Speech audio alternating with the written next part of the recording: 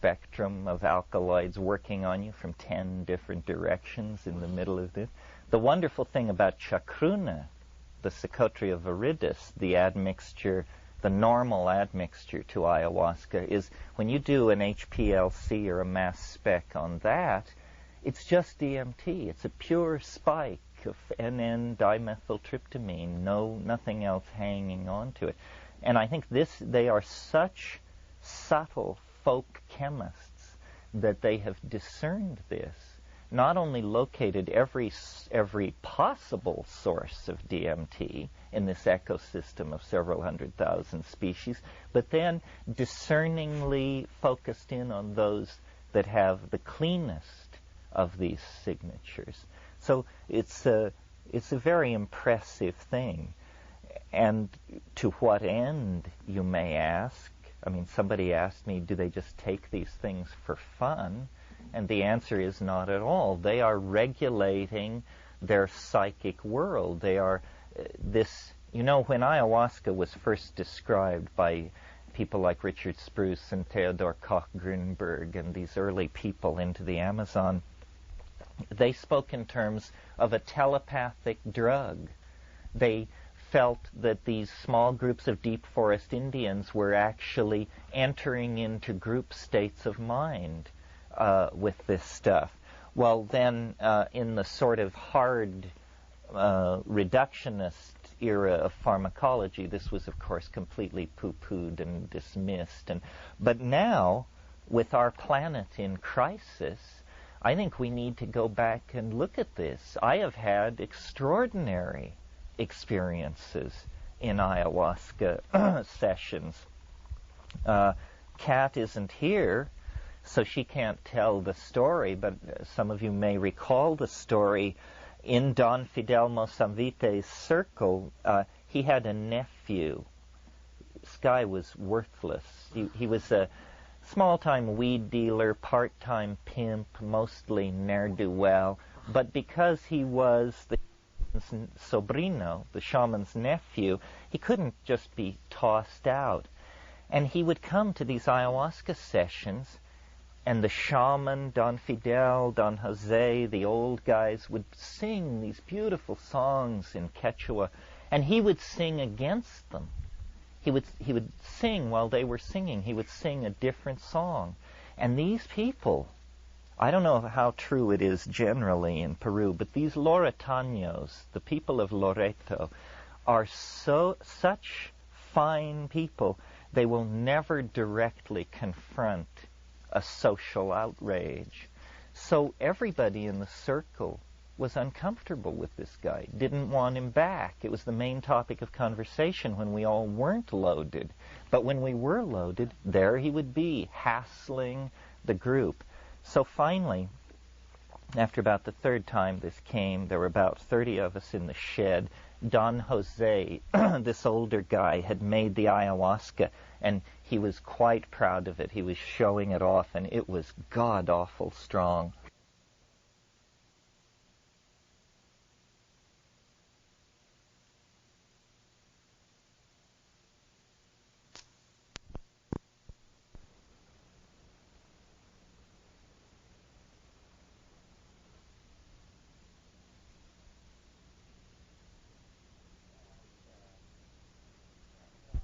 And Don Jose, the sobrino, was sitting across from me, and as these waves of hallucination would come, I would see him, and he would turn into like a monkey, a howler monkey, or a monkey with a dog's face, and just these weird animal transformations, and everybody else was staying the same.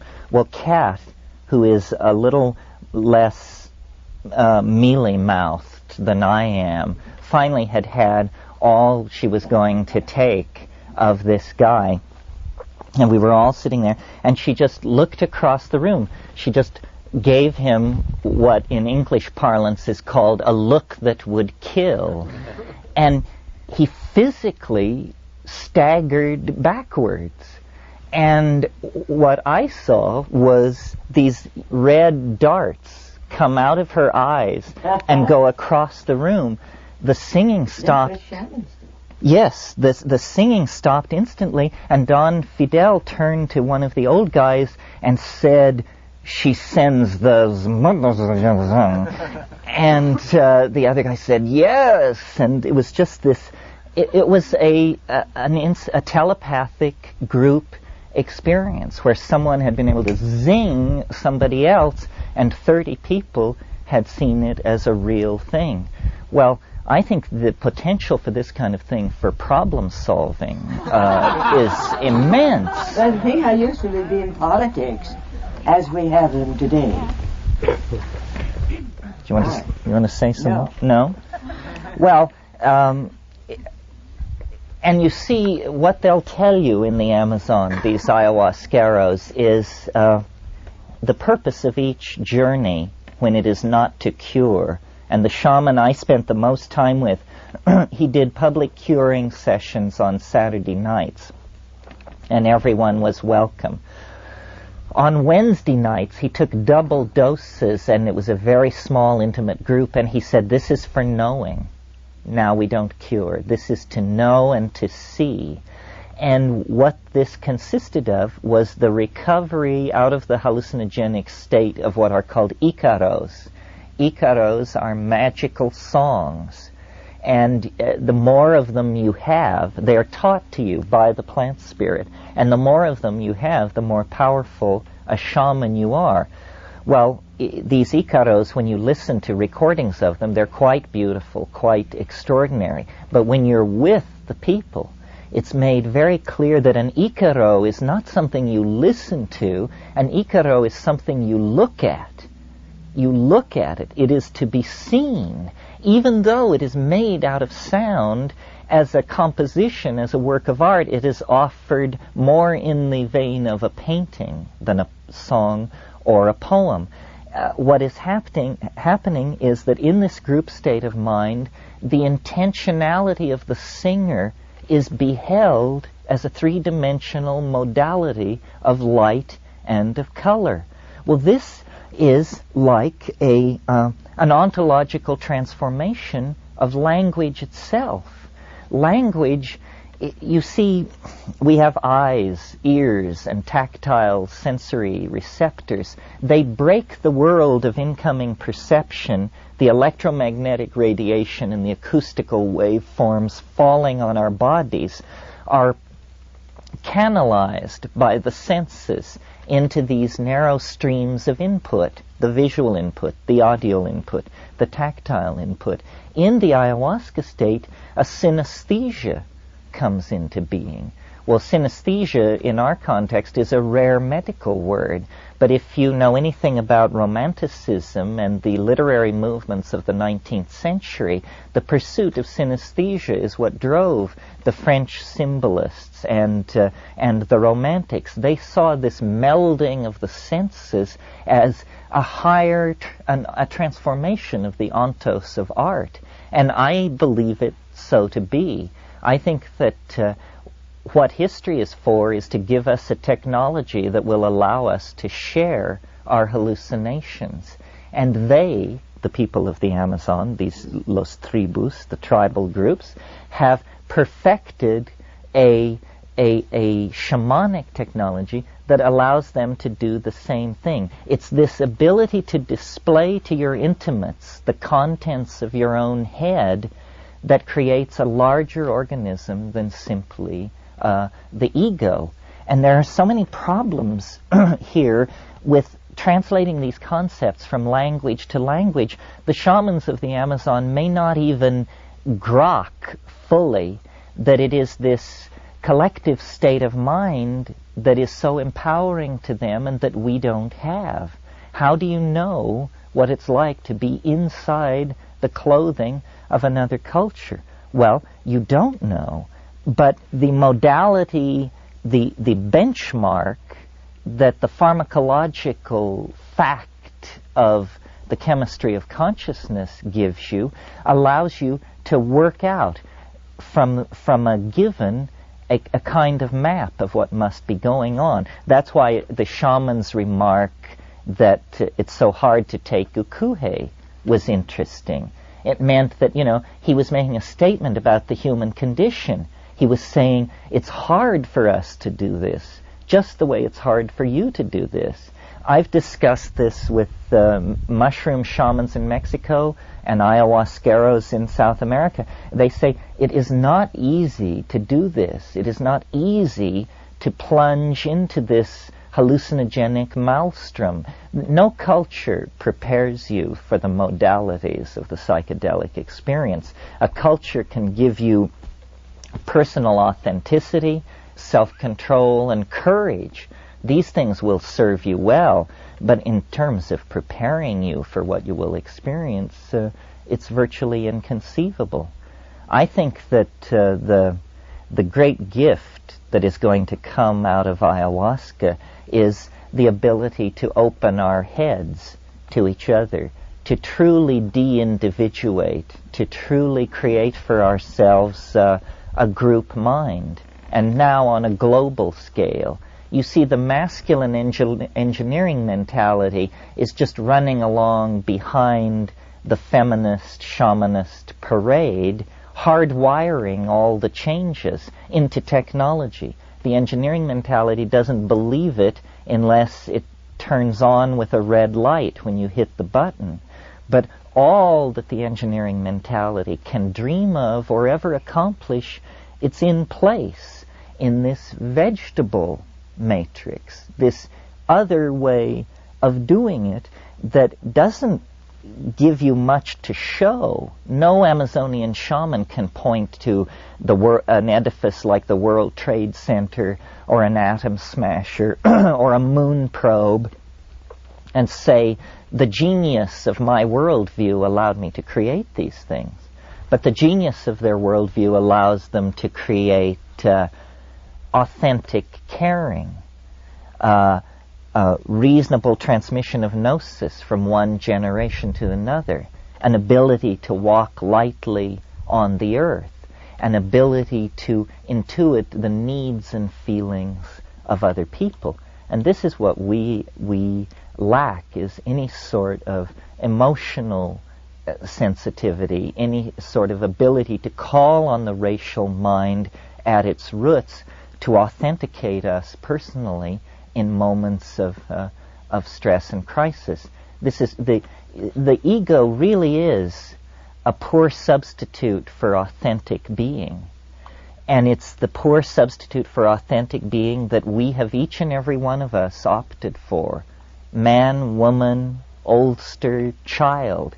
The neurotic programming is so deep that it is very difficult to transcend it. You see, I think, and Nicole is certainly a part of this phenomenon, that what really has happened, let's just say in the 20th century, it is that anthropologists, ethnographers, botanists, geographers, linguists have gone out to the four corners of the globe, the wastes of the Kalahari, the Amazon jungles, the storm-beaten shores of Kerguelen, all of these places, and they have come back with information.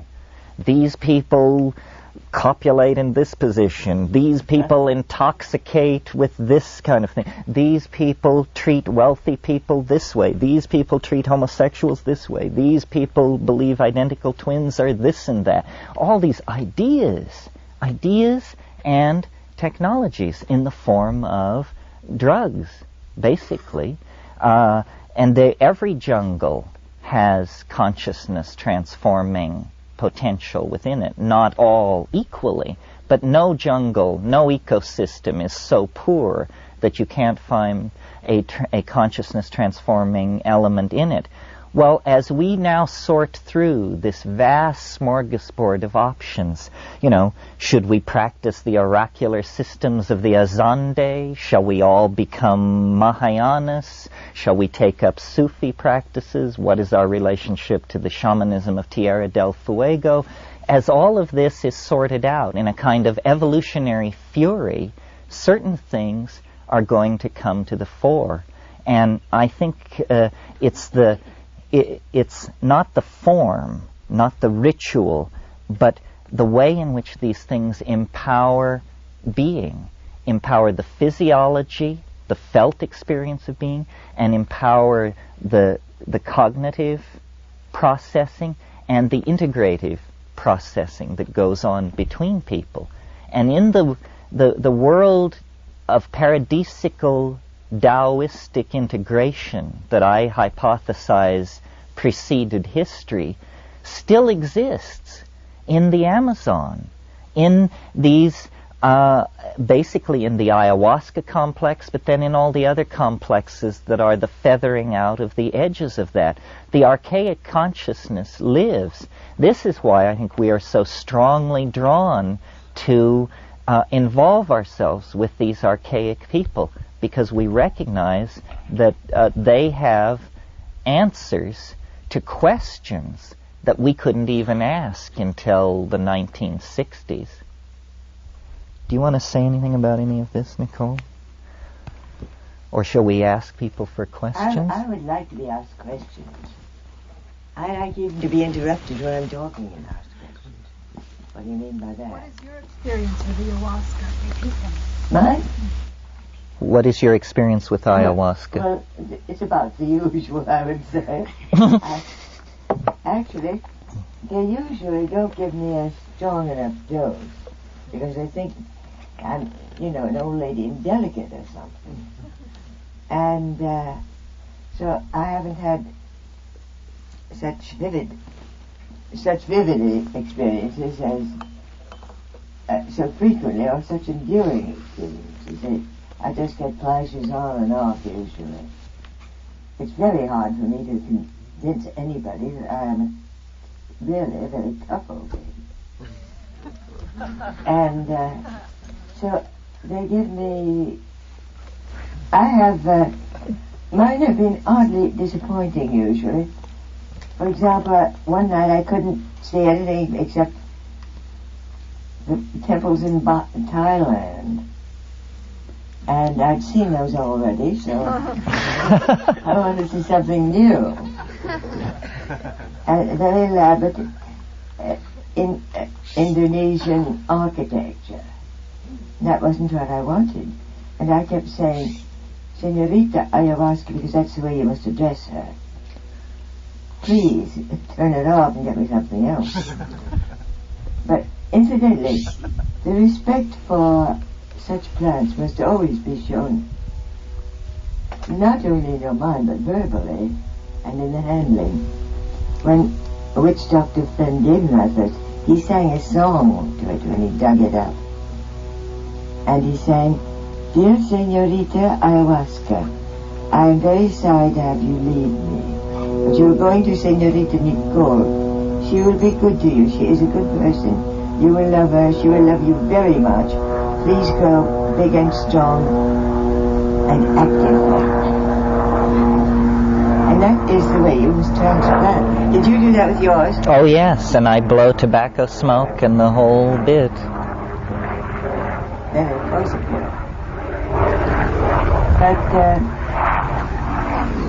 they are extremely aware of plant sensitivity, of course, and must always respect it. And the kalos, these magical songs, are so much a part. I was sometimes told that they didn't think the plant would work for me, especially when it was something they didn't want to give me, it was taboo, because I didn't know the song. Or if I knew it, I couldn't sing it properly, because nobody could who was not a Toto, for example. Did you have that experience? Oh yes, and they're very proud of the difficulty of these languages. These languages are extremely difficult to learn. Nicole's experience of finding it difficult to get thoroughly loaded is somewhat typical. There are a lot of problems. I mean, it took me a long time to get stoned in a native situation because they always gave me too little because they're all little. And they had a notion of the dose, and it just would barely rock my boat when it was clearly very intense for them. if you find yourself in South America sometime pursuing these mysteries, you may have to resign yourself to drinking a lot of swill before you get to something swell. I didn't really understand ayahuasca till I made it, till I was able to repeatedly make it and each time add more Psychotria viridis to intensify the visions, and finally I got it where I wanted it. You see, one of the things there's so many things about ayahuasca that are interesting. It really is a unique thing. First of all, it is technically a drug in the sense that it's not a plant, it's not just one plant. With morning glory seeds, with peyote, with mushrooms, with datura, with cannabis. This is one plant. Ayahuasca is a binary weapon. You have two things which have to be combined for it to be effective. Well, now that not only means that it is a combinatory thing, potentially different each time, because the ratios are potentially different, it also brings the human element in very strongly, because it's going to be about who made it, in the same way that a souffle is about who made it, while a glass of water is not about who made it. And so personalities become involved here. Well then, because it's something made, it can be made strong or weak. It can be diluted. Now, if you're into it for the money, all you have to do is cut it 50% and you've got twice as much money and the stuff is half as good. This is familiar to all of you, I'm sure, who've dealt street drugs, this equation. You know, if you cut it by half, you make more money, but the stuff is garbage. Even liquor, the horror of cutting fine liquor and what that does to it.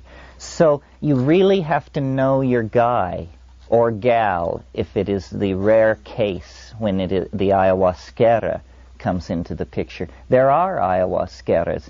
When Kat and I were in the Amazon in '76, we tracked down and spent time with Manuel Cordova Rios, who some of you may know his book, The Wizard of the Upper Amazon, by Bruce Lamb, is about Manuel Cordova Rios. Well, when we met him in '76, he was 93. He looked 55, but he did die a couple of years later. But he was still curing people and seeing people. And well, that reflects on my story. Nicole says he was an awful liar. We went to him, he was in Iquitos, and we said, we want real ayahuasca, we want the real thing. He said, you have to leave Iquitos, everyone here is a liar, a mentirosa. So he said, there is a woman, Juana Gonzalez Opie. Have you ever heard of her? No. His story was that as a 17-year-old girl, many years before, she had contracted leprosy. And there was no cure available to her except that he cured her with ayahuasca, but not before she lost her hands and feet. So she was clearly a heavy-duty person and had a great reputation. And we pursued her to Pucallpa, to Yarinacocha. We finally actually found her relatives, but she had gone to the Andes for a few months to cure. But in the process of trying to find Juana Gonzalez Obi, we met all these other curanderos. And this is often the way of it in the Amazon. You look for one thing only to have a reason for being there, and what you really are fated to find is something far different. Serendipity is Amazon travel. Yes, for sure. Yeah, it is. Hello. And you'd better be good at it. Isn't it time for lunch or something? It's getting tired of sitting. It's getting close. Maybe we should break for lunch. It's a few minutes. Does anybody have any questions? Yeah, we could take a couple more questions. We're talking about admixtures, and did you have any comment of that admixture of the Torahs into the ayahuasca or romance? Not brugmansia. Did you ever deal with brugmansia? I've heard of it's being used in it, but I'm scared of brugmansia. I have known personally one case in which it killed so many brain cells, cortical cells, that the man was totally incurable, meninges, nobody could help. Yes. Besides the DMT, which is added to the ayahuasca to make it highly visionary, then there are what's called tertiary admixtures, a third component, and this is what Ken is asking about. There are many, many of these tertiary admixtures. I have 20 or 30 listed. And most of them, when you get them into the lab, are chemically complex. They are probably... Some are quite useless. Some are useless, but some, I'm sure, push it all over the map. Yes. And Datura is certainly one. Brugmansia is one. There are Abuta species. There are a number of these. But I'm still trying to master the two. I have, in Hawaii, many of these tertiary admixtures, but that's real magic. That you don't get. Pardon me? You have to test those things before you use them. Yes, because they could be mutagenic. And a lot of people, really terrible things go on in Peru. I mean, you have to be sure of your ayahuasquero. I had some friends who went to Lamas near Tarapoto, and they documented an ayahuasquero there who, when his ayahuasca was all done, just to give it the proper zing, he would hit it with a tablespoon of creosote. Well, creosote is not only awful, paint it on a mouse's ears, and 2 weeks later the mouse will have tumors on its ears. It's about the worst thing you could possibly come up with. All sorts of things. I knew of one who put kerosene in it. Yeah, kerosene. Kerosene, of course, is considered a great cure for snake bite. Right, they always want I remember to. landing in a village once. Now, if anybody was sick, I had a lot of good medicines with me. In the early days when I didn't know so much about didn't believe in plant medicines. And they said, yes, there was a man there who had been bitten by a snake, a featherlad, a few weeks before, and he still wasn't well, that he'd had 2 whole bottles of kerosene. Yeah. I remember that Don Juan would teach Carlos about singing songs with mescaline, and with the ayahuasca, there's songs. Are there songs? Yeah. Are there songs to learn with the magic mushroom? Yes, I think singing is sound, and language is what this is all about. I mean, we are not given to this, or I suppose I shouldn't make a generalized statement, but it's not my general tendency to burst into joyful song. But on the mushroom, voice, the purity of tone, the control, the almost synthesizer-like stability of the tone is shocking. Plus you can see it. You know, you swipe this way and you leave a chartreuse trail. You come down through it this way with a magenta stripe. You are sculpting in this audio dimension.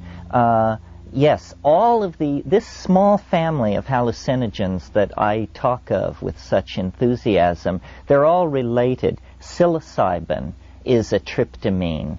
Ayahuasca is a pharmacological strategy for activating DMT.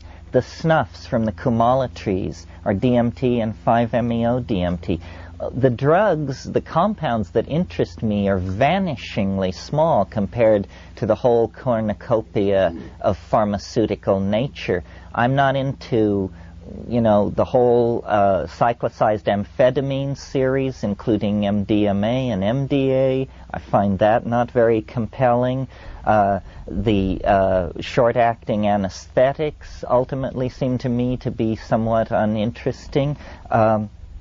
I'm just a fanatic for this one thing because I want to very strongly make the point that, altered states, there are just thousands of altered states. Panic, love, despair, hatred, loathing, anxiety, and boredom, and drug states. You know, two scotches and an Irish coffee, all of this stuff. But what I'm interested in is this very specific thing that seems to me so transcendental and peculiar. It isn't a mirror to self. These tryptamines ultimately will be superseded in psychotherapy by something else, because they're not the best instrument for looking at the cracked personality. What they are is a tremendous instrument for looking at the invisible dimensions of the larger universe of mind. That's what they are for. So I think you should be through your stuff before you come to this. It will psycholytically clean you out. The first few trips will then be directed toward your stuff. And many people never push beyond that. They just say, my God, it was so horrible dealing with my fears and anxieties and stupidities and self-betrayals that I'm never going to go back. But if you will persist, eventually it no longer becomes about you. You become the small figure in the foreground of a vast and unfolding cosmic drama, not a personal drama. And that's the shamanic perspective. And every shaman must go through this shedding of personal identity to then reach an accommodation with it. That's why when I encounter the mind behind the plant, what I always say to it is, show yourself, reveal yourself. Let me see as much of you as I can stand. Don't tailor it for me. Don't kowtow to my needs. Push me to the limit. Let me see as much of your quintessence as I can imbibe without overflowing. Well, we'll talk more about this afternoon. Thank you very much. Good. Dealt with? Yeah. Yeah, you suggest that shamanism is like the way to get man into a harmony with earth and sort of back to nature sort of thing. Are there other ways, and if there are, do they have any commonalities?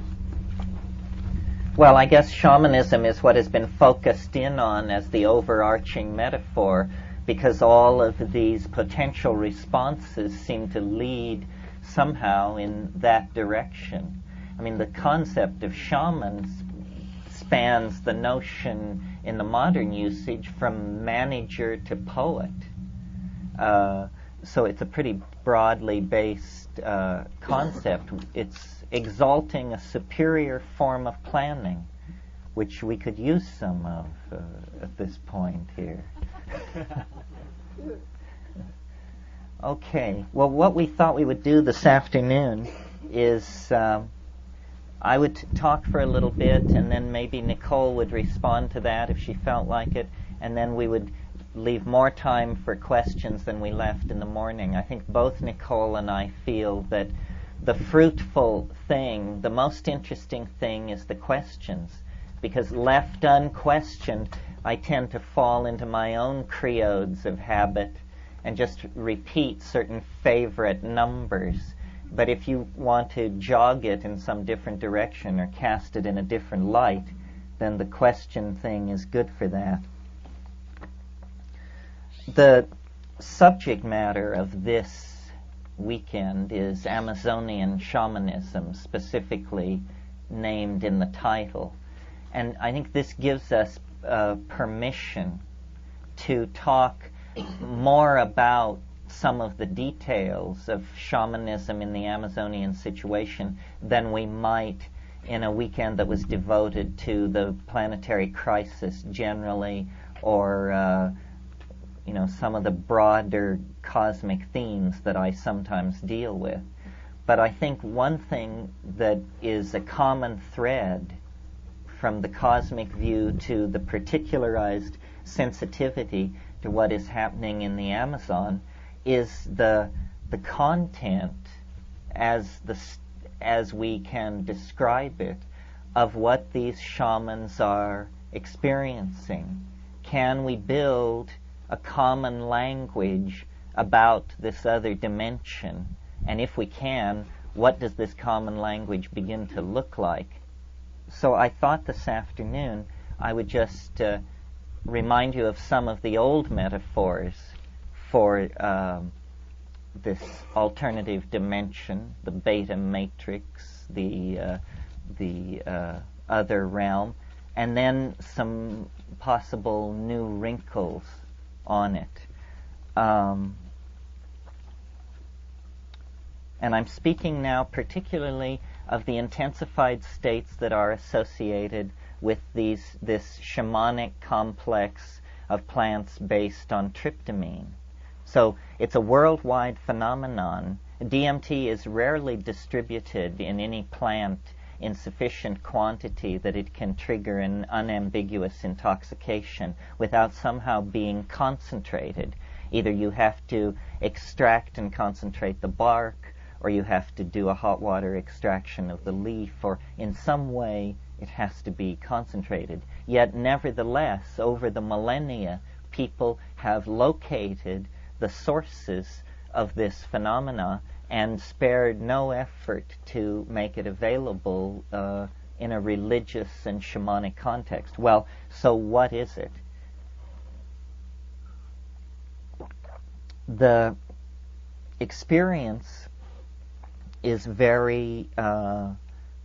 can be very compressed and brief.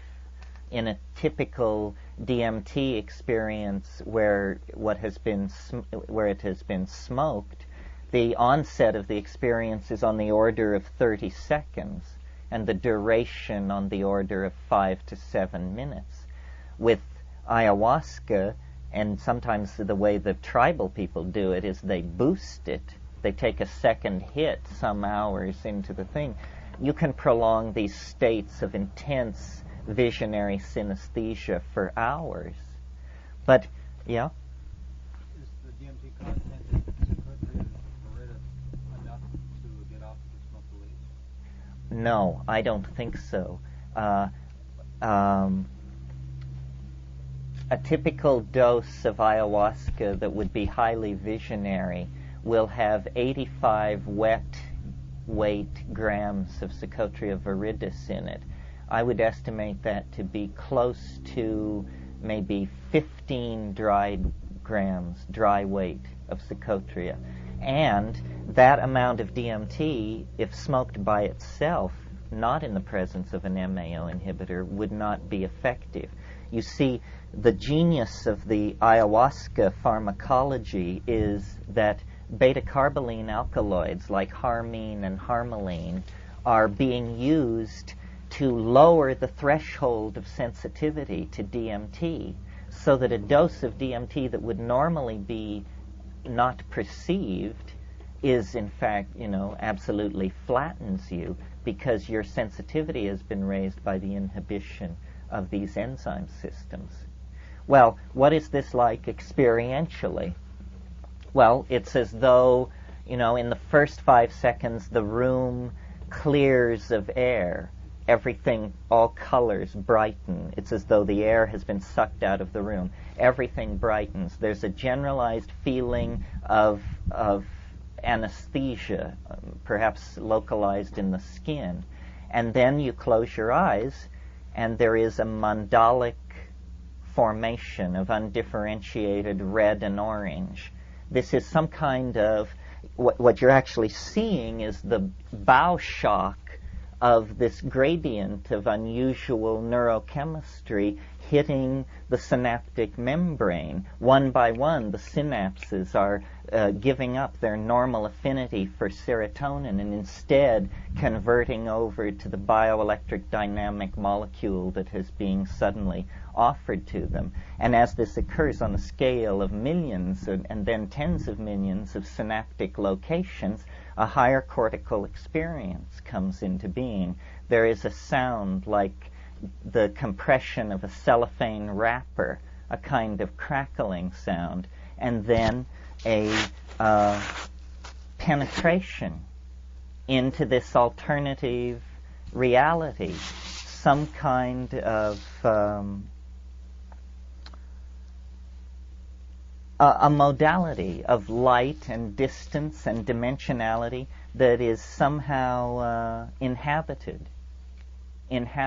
This is the real shocker for the modern positivist, reductionist mind, that it is a world of spirit, of animate intelligence, of comprehending and relating that suffuses every atom of existence. And if you ask a shaman, what is this? He will answer without hesitation, oh, well, it's the realm of the dead, it's the afterlife, these are our ancestors.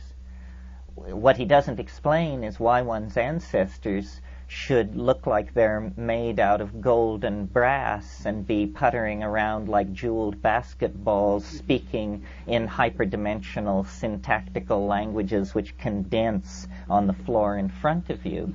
Apparently, these are questions which are reserved for a deeper level of initiation. But in any case, they say, oh, these are the ancestors. Well, this is I've been in this biz for 20 years, and at some time in the past I must have faced this and repressed it.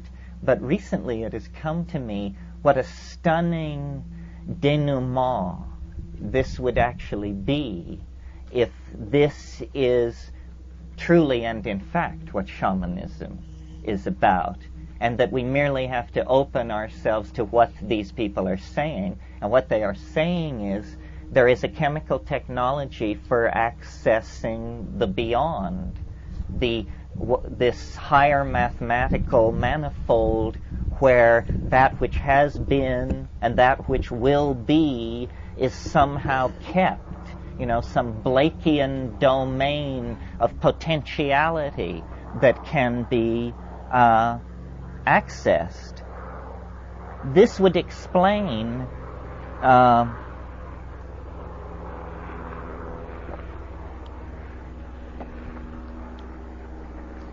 this hair-raising sense of familiarity that attends the contact with the utterly bizarre and unexpected. So that when the cognitive dissonance that accretes itself around this ecstasy is composed of two parts. It is that, my God, I can't believe this is happening, or even that I could perceive it if it were. And the second part is, this is totally familiar to me. This is more familiar than any other part of my life. This is my place. And the cognitive dissonance that ricochets between those places approaches unbearable. I was talking with a chemist a few weeks ago, an old friend of mine, and he was saying, well, what do you think about DMT in terms of risk? And I said, well, the risk is death by astonishment. That's what you're really courting. And, if you don't think that's possible, it's because you've never done this, because you pass that close. I mean, you just say, this is amazement on a spectrum which could kill you if you let it run out of control, because it is so intense. It is so improbable, and yet so familiar.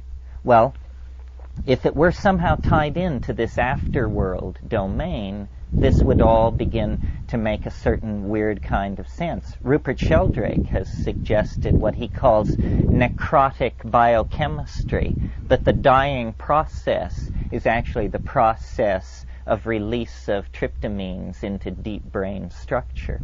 Well, okay, so you've got this modality, and there's stuff going on there. Well, what kind of stuff is it? Well, chiefly it seems to be a kind of domain where information is being passed around. Information is being offered, and it's being traded.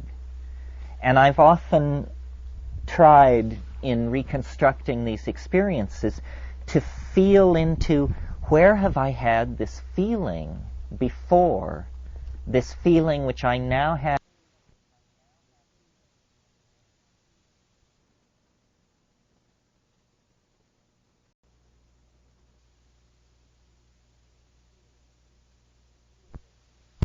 fear of being killed.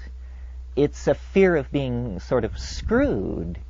In other words, it's a fear of being taken to the cleaners, being had, being having my purse slashed, essentially. It's a feeling which I associate with the Crawford Market in Bombay, where in a dark period in my past I had to carry out intricate semi-legal transactions which left me sleepless for nights.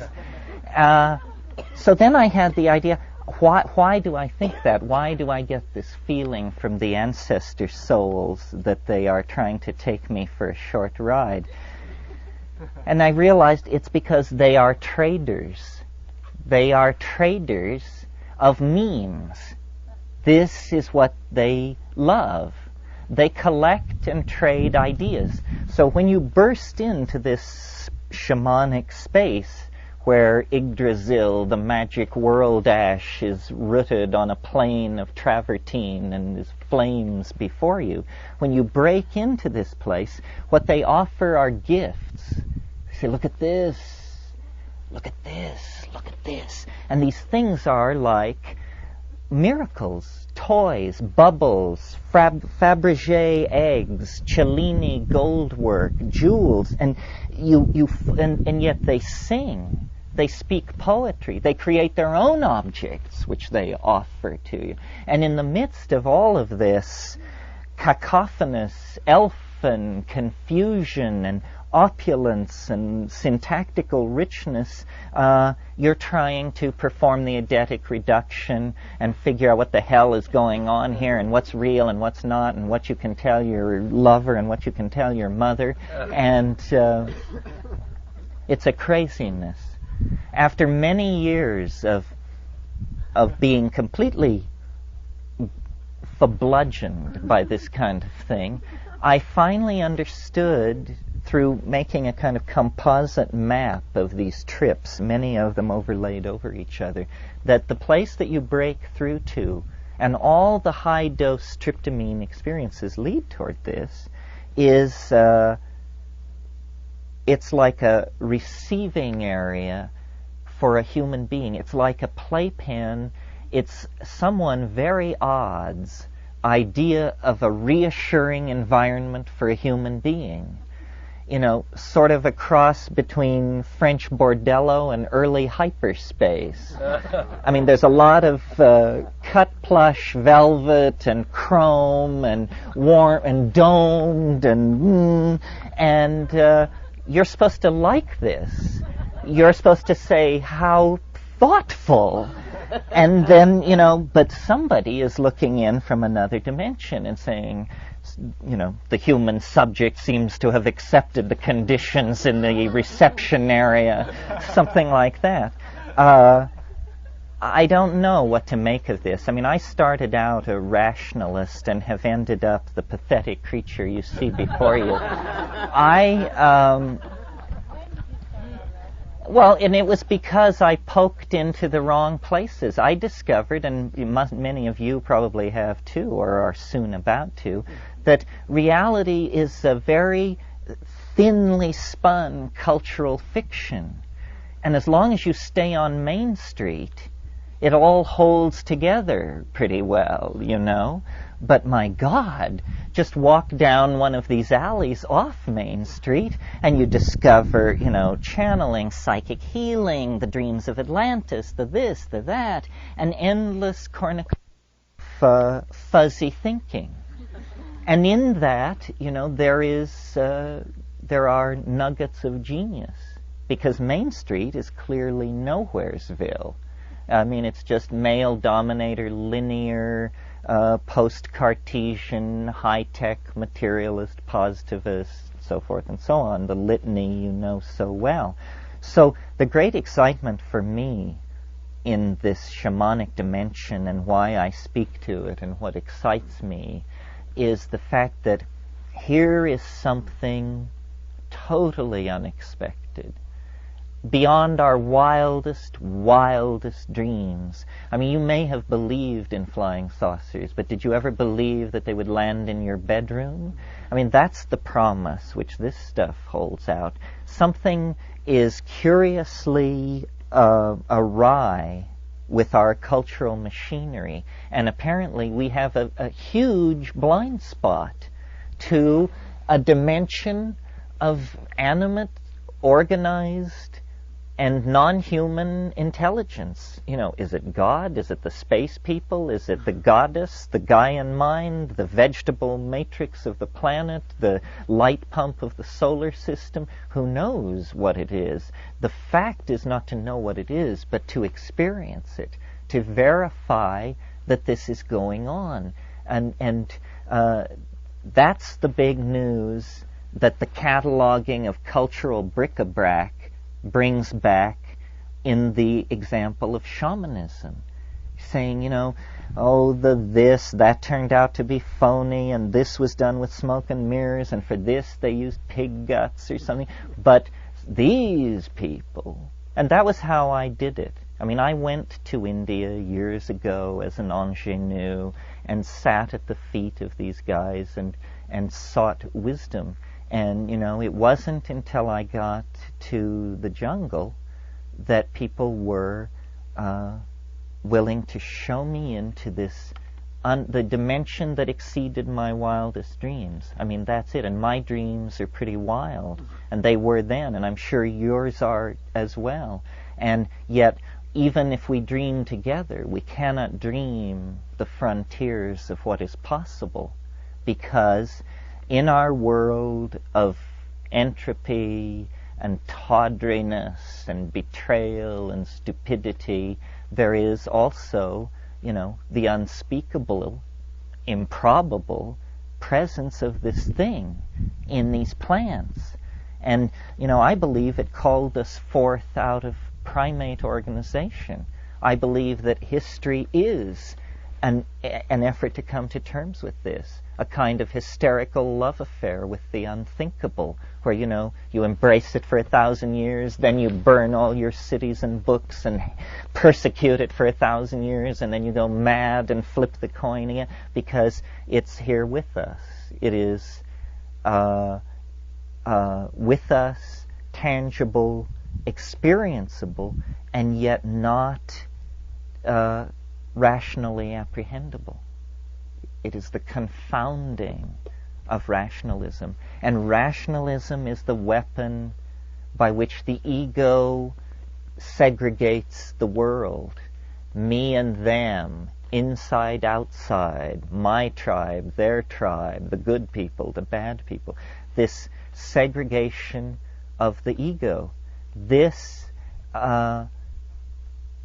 is the neurotic response that somehow comes out of the trauma of our evolution on the planet. Our mother has been turbulent. Our childhood was turbulent. I evoked this morning when I talked about how 9 times the glaciers rolled south from the poles.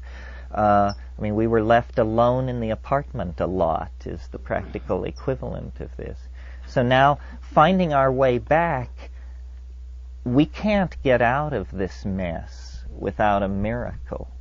I mean, it's like the Grateful Dead sing, you know, you need a miracle every day. And the only miracle around seems to lie in this strange domain of this shamanic dimension, that against all odds and probability, there is help or something nearby. Anyway, the strange flickering light of an unvisited farmhouse, and we're broken down on the road with a double flat and rain is pouring. So we are going to have to make our way toward this thing which beckons and which seems to have shaped our history. And these Amazonian people kept the faith. During the prodigal wanderings of Western men through history, the Amazon peoples kept this faith, which the memory of which they had carried over the land bridge from the Eurasian continent, the oldest religion in history, the doorway out of ordinary time and into the presence of the elder things, whatever they may be. We don't even know. Our history is a fiction spun so thin that we are like children in the face of this possibility. H.P. Lovecraft, where are you now that we need you? Well, anyway, that's just sort of a way of evoking the space, the depth of the mystery. What we are talking about is not bright colors or paisley wallpaper that is found not to exist in the morning, but the best kept secret in the whole history of the human race, the fact that there is this alien dimension nearby and accessible through plants at great risk and with great benefit, something to which we have become culturally completely deadened.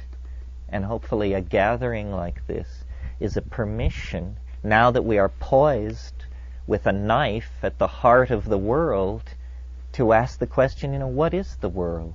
What is this thing we are about to kill out of our greed for condominiums and parking space? Do we understand what we are doing? Can we understand what we are doing? Difficult questions. Let's hope that there are easy answers, because we have hardly time for any other sort, because the momentum of this thing is so great. The answer must be nearby. It must be within us, because we haven't time to go anywhere else or meet anyone else and understand them and apply their solution. We don't have that kind of time. We have to dream it up. The submarine is sinking now. What are you going to do about it? Well, I think that I personally felt that I searched the surface of reality like a blind person, probing for a chink, an opening, a possibility in the seamless surface of the high walls that seem to hem us in, the prison of Gnostic iron that the Mandayans placed at the center of the universe. And the chink in the armor is this radiant otherness that is showing through the plants. And what it is, who knows? What it's for, who knows? But that it loves us, that it too is reaching out toward us, is self-evident. And how can we not respond to that? We don't know what reality is. We don't know who we are. We don't know where we are. We are lost, and this is beckoning light, warmth, affection, and understanding for the plight of humanity. Shamans have always healed their people and predicted the weather and predicted the movement of game and this sort of thing out of resonance with this greater mind in nature, which has sheltered the human family over millennia. I mean, it is the unseen partner. It is the goddess. It's a real thing. And now it must somehow be invoked operationally, again, because of our predicament as a result of having turned away from that. So the task is to understand all this, each in our own way, and then to communicate it to others to understand each in their own way, and to build a Gailanic consensus for life, for life, because it's the only thing we know that has given us self-reflection. So, Nicole, do you have anything to say about that? Or Well, I believe, Terence, that you have been given a much wider experience in this, a much more vivid and probably valuable experience than most people. Why is that? Why do, for example, most of the Indians I know have, or perhaps just not able to explain it or to talk about it, But most of them say, well, they saw a tigre and some snakes, or they went to a beautiful city, and much simpler understanding. I think it's language. You think? I think be. that It very well could be. that every single one of these Indians has seen things no human soul ever saw before. That it's a richness of beauty before which one is inarticulate. As to why I can do it, well, maybe necessity is the mother of invention. I'm not a stockbroker. And we can always blame the Irish. But I don't like to do that because that shuts everybody else out. And I don't believe for a moment, and in fact I might say that, to me the important thing about this experience is I really believe that everyone can have it. That this is something almost, it's no exaggeration to compare it to sexuality. This is a potentiality in the human organism that if you go to the grave without knowing about this, it's rather equivalent to going to the grave with your virginity intact. This is an enormous area of what it is to be alive. I mean, and it blows my mind to think that the last 50 generations of people in Europe created all that philosophy and science and diplomacy and so forth and so on without a single person being stoned for a single moment all those centuries. I mean, it's pretty much gristle and beer, isn't it, folks, when you look at the accomplishments of European civilization. So I think it takes practice, though, to access these states, and I'll respond. That was another thing I was going to ask. Your initial experiences with anything like that? My initial experiences were kind of funny. It always seemed to hit me very hard. I was thinking the other day of, for some reason, I hadn't thought of it for years. I think I was remarking the anniversary of it or something, about the very, very first time that I took LSD. And I took it in someone's apartment in San Francisco. And for me, the world divided into two great polar opposites. And perhaps it's still true in some strange way. One side of the thing was called the Iosteks, and they were like God. They were everything profound. I mean, to utter this word was to hurl yourself on the ground and press your face into the dirt. It was like invoking a Faustian flame, miles in extent. That was the Iosteks. At the other polarity were this something called the Pinkestairs. And they were hilarity and elfin dissolution into the minute. And I was just hurled between the antipodes of these two crazed, concrescent concepts for about 14 hours. And very peculiar. But by techniques, what I wanted to say was, because it will be useful, I assume, to people here, you do it in darkness and in silence and in reverence, on an empty stomach, free from distraction, with attention to breath. That's all. Now, what do we see? What does this operationally look like? It looks like a person sitting alone in a dark room, quietly breathing or meditating or something like that. That's all you see. That's the exterior manifestation of the sadhana.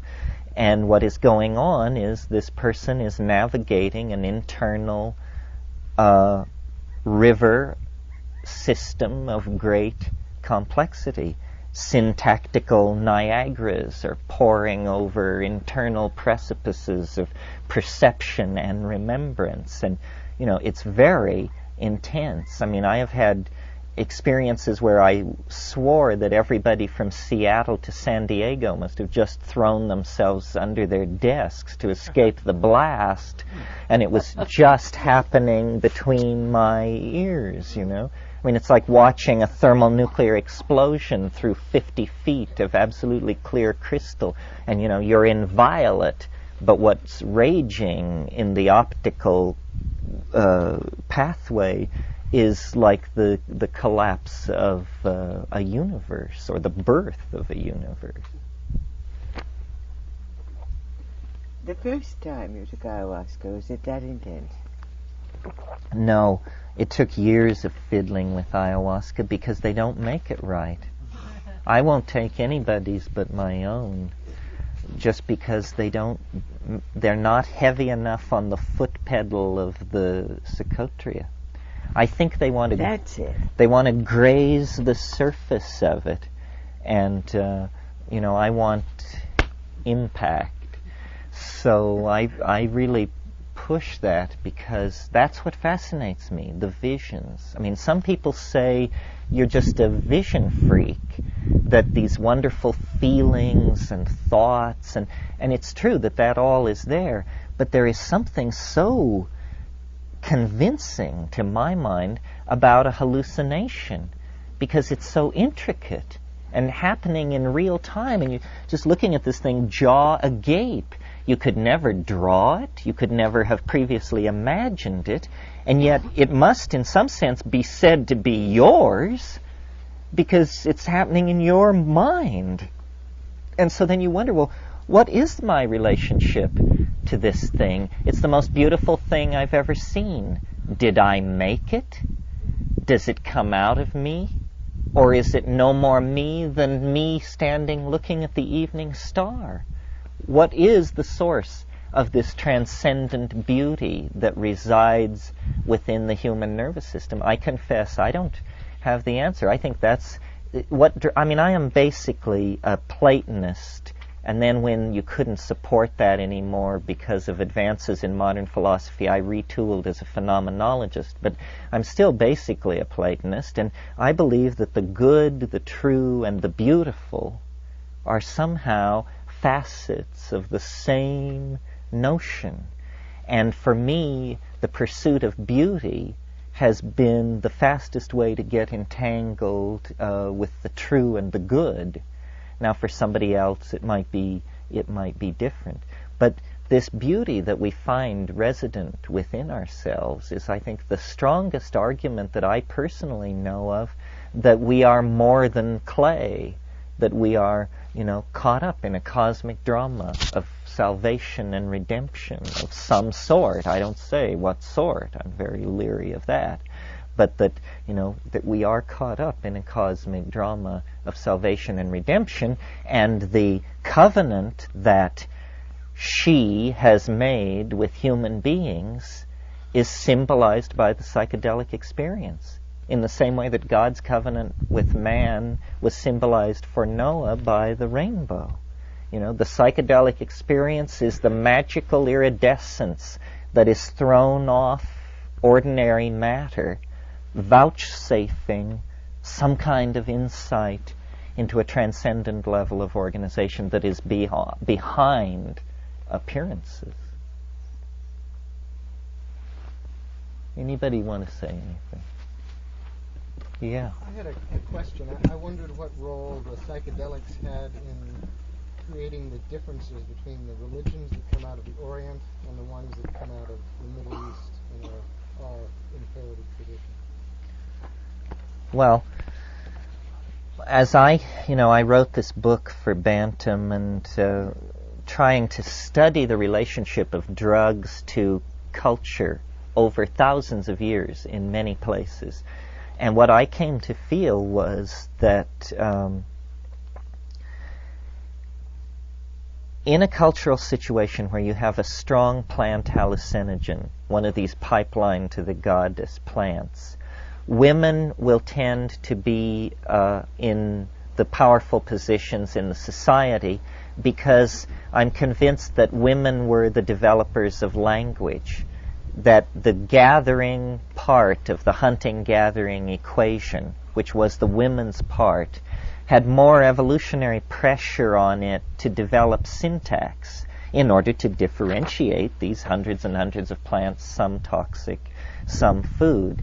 And I think that when the primal partnership society on the Saharan grasslands of Africa began to break up, it happened very slowly, you see.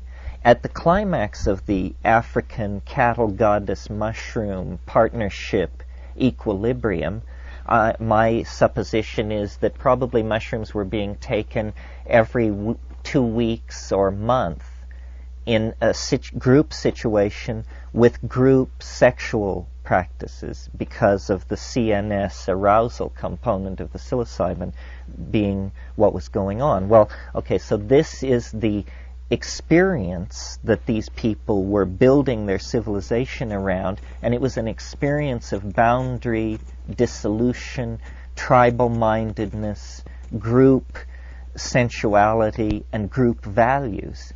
Well, as the African continent dried up and this pastoral lifestyle became more and more difficult to support, and the distance between water holes over centuries, we're talking now, grew greater, it became harder and harder to hold these mushroom ceremonies on time, to have this experience regularly, to keep it part of the society, and eventually it died out. And there was also another factor working here, which was as the climate dried, it became more and more important to find a way to preserve the mushrooms so that they could be used then at the regular ceremonies. Well, the preferred agent for preservation, I discovered in the Neolithic, was honey. Well, the only problem with that is that honey itself is a natural product subject to fermentation.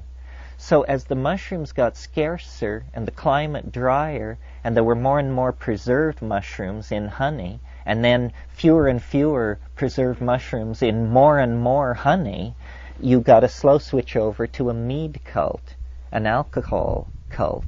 And at that very early period in the Middle East, then you get the emergence of the dominator model. At 9,500 BC, from Scandinavia to Arabia, you get what's called the Tanged Point Techno-Complex. Means suddenly a lot of chipped flint, not distributed along river bottoms where game was frequent, but distributed on the wrong side of walls around former habitation sites. In other words, war has come to the world of 9,500 BC. This is because great agriculture over-succeeded. Surpluses meant sedentary lifestyles and defense of inventories. Suddenly, there were people who had food and people who didn't have food, and a whole economy of pillage and strife emerged. So I'm really very unenamored of monotheism in all of its forms. I understand its philosophical attraction. One, it's the attraction of simplicity. Let there be one God. After all, isn't that the simplest solution? But taking a Jungian tack on that, we image in our personalities the kinds of gods that we permit ourselves to worship. And if you have an image of God as omnipotent, omnipresent, infallible, all-seeing, this is the dominator archetype incarnate. And then everyone images it in their psyche, and you get the birth of the ego. This thing, it's like a tumor that forms in the personality in the absence of psilocybin. In the absence of psilocybin, these assumptions begin to get going about my territory, my women, my food, and there's no end to it. It's the death of everything. So this long strain of dominator culture that comes out of the Middle East gets unfortunately reinforced, whether serendipitously or by design is not clear, by the choice of a phonetic alphabet to put down these early Middle Eastern languages. You see, phonetic alphabet gives tremendous permission for abstraction, because what is symbolized is not a little picture, not the thing, but the sound of the name of the thing. So you're 3 steps removed. It isn't enough that you communicate in symbols. Here you don't communicate in symbols. You communicate in a still 1 stage further removed thing.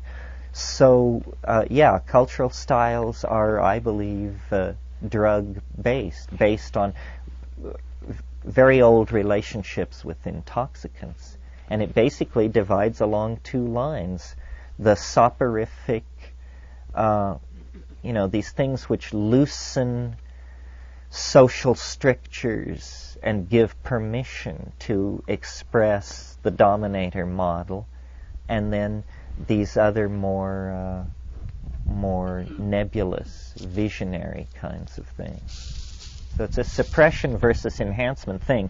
This might be a good point to make the point, since there's so much talk about drugs in today's world, that the pro-psychedelic position is an anti-drug position. That should be clear, because the way I think of drugs and what is objectionable about them is by analyzing cause and effect. Well, what is it that we don't like about drugs? Well, we don't like that they cause unexamined, repetitive, self-destructive behavior. In other words, they make you stupid and self-destructive and habitual on those items. Well, this is precisely the kind of behavior patterning that psychedelics break up and destroy. You cannot carry out unexamined, self-destructive, habitual behavior in the presence of psychedelics, because they will show you too strong an image of the consequences. You know, these amazing statistics that were reported with curing alcoholism with LSD before they made LSD illegal, where they would give chronic alcoholics 1 500 gamma LSD trip with a sitter, and something like 60% of these people were going dry and sticking with it. Well, people said, my God, LSD is a cure for alcoholism. No, it's a cure for stupidity. It's not a cure for alcoholism. That's infantile. It merely gives you an image of the consequences of your behavior. And this image is so horrifying that you modify your behavior forthwith.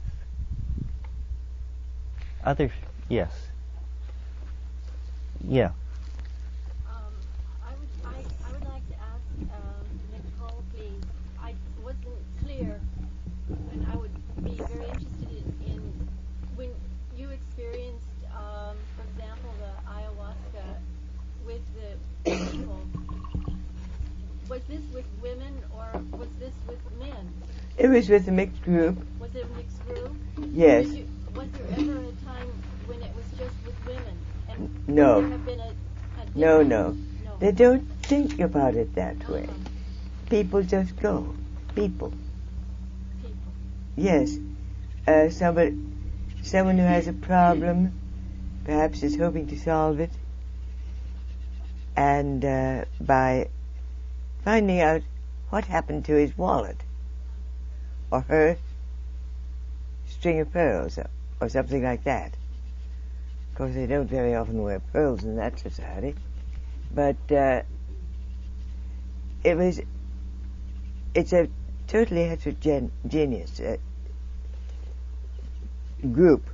It's whoever happens to come, with the permission of the shaman, of course. And you've never been able to determine, for example, any difference in symbolism or visual material that would come perhaps from a feminine psyche as from a masculine psyche? I don't know of one. There seem to be far fewer women who have taken it. Would you know why, or would you? No, I don't know why. Women usually take it when they're in tribal situations, in the culture. The ones who are not too acculturated usually take it when they are ill, and frequently it is a diagnostic tool for the shaman.